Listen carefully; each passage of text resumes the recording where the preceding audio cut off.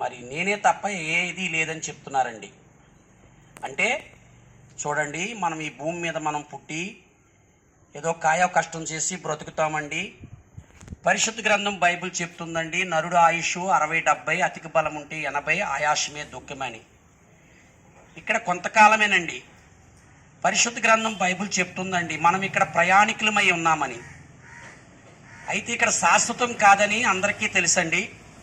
ఏదో రోజు మనం ఈ భూమిని విడిచిపెట్టి ఆ పరలోకం చేరాలని, ఆ స్వర్గం చేరాలని, ఆ నిత్యలోకం చేరాలని ప్రతి వాళ్ళకి ఉంటుందండి ఆశ. మరి ఆశ తీరాలంటే మనం ఏం చేయాలండి? ఆ ఆశ తీరాలంటే మనము ఆ నిజదేవుణ్ణి తెలుసుకోవాలండి.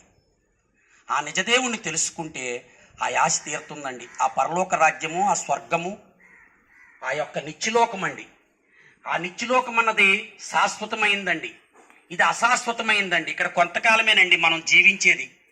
మనం ఇక్కడ ఎంత వైభోగంగా బతికినా, వజ్రాలు వైడూర్యములతో, కెంపులు మాణిక్యములతో మనం ఇక్కడ బంగార పళ్ళెములలో భోజనం తిన్నా, మనం ఎన్ని పదార్థములు తిన్నా ఇక్కడ శాశ్వతం కాదండి అది.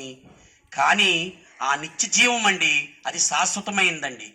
ఆ పరలోక రాజ్యం, ఆ పరలోక రాజ్యం మనం చేరాలంటే ఆ యేసుక్రీస్తు ప్రభు పరిశుద్ధమైన రక్తంలో మనం కడగబడాలండి.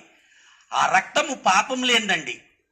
చూడండి, పరిశుద్ధ గ్రంథం బైబిల్ చెప్తుందండి, ఏ భేదము లేదు, అందరూ పాపం చేసి దేవుడు అనుగ్రహించు మహిమను పొందలేకపోతున్నారని పరిశుద్ధ గ్రంథం బైబిల్ చెప్తుందండి. మరి ఆ పాపం అంటే ఏంటండి? మనం ఎవరినో కొడతేనో, తిడతేనో, మరి లేకపోతే దొంగతనాలు చేస్తేనో, అబద్ధాలు ఆడితేనో, మోసంతో ప్రవర్తిస్తేనో, వ్యభిచారం చేస్తేనో, హత్యలు చేస్తేనే పాపం కాదండి. ఆలోచనలో కూడా పాపం ఉందని యేసుక్రీస్తు ప్రభు చెప్తున్నారండి. మరి ఆ పాపం ఒక స్త్రీని చెడ్డగా మోహపు చూపుతో చూస్తేనే పాపమని పరిశుద్ధ గ్రంథం బైబిల్ చెప్తుందండి, యేసుక్రీస్తు వారు చెప్తున్నారు. మరి ఆ పాపం ఎలా పోద్దంటారు? ఒక్కసారి ఆలోచన చేస్తున్నారా సహోదరి సహోదరుడా? ఒక్కసారి ఆలోచన చేయండి. ఆ నిత్య జీవం చేరాలని మీ అందరూ మా తపన. ఈ రోజండి మేము ఏదో కూలికెళ్ళి 100-50 తెచ్చుకుని బ్రతికేటంటి వాళ్ళం. మేము ఏది ఆశించి ఇక్కడికి రాలేదండి.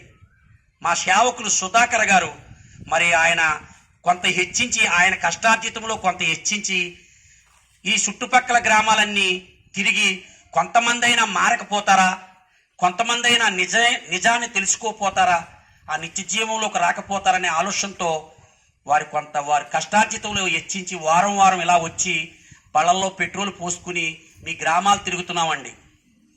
మీరు నిజం తెలుసుకుంటారని, ఆ నిత్య జీవంలో మీరు చేరతారని, అంతే తప్ప ఏది ఆశించి కాదండి. ఇది యథార్థమైన మాట. సహోదరి సహోదరుడా, దీపం ఉండగానే ఇల్లు చక్క పెట్టుకోమన్నారు పెద్దలు. మనము మరి ఈ భూమి మీద ఉన్నప్పుడే ఆ నిజాన్ని తెలుసుకుని, ఆ యేసుక్రీస్తు ప్రభువుని హృదయంలో భద్రపరుచుకుని, మనసులో ఆయన్ని తలంచుకుంటూ మరి మన దగ్గరలో ఉన్న మందిరానికి వెళ్ళి ఆ ప్రభువుని అంగీకరిస్తే ఆ నిత్య జీవం అండి. అది మనం డబ్బెట్టి కొనలేమండి, బంగారంతో కొనలేం, మరి కులంతో కొనలేం, ప్రాంతంతో కొనలేమండి. అది ప్రపంచ దేవుడు, నిజమైన దేవుడు యేసుక్రీస్తు ప్రభు. ఆయన విశ్వసించి నమ్మి రక్షణ పొంది యథార్థంగా బ్రతికితే ఆ నిత్య జీవం.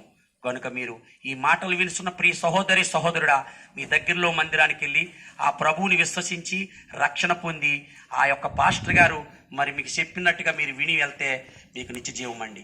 ఆమేన్, ఆమేన్, ఆమేన్.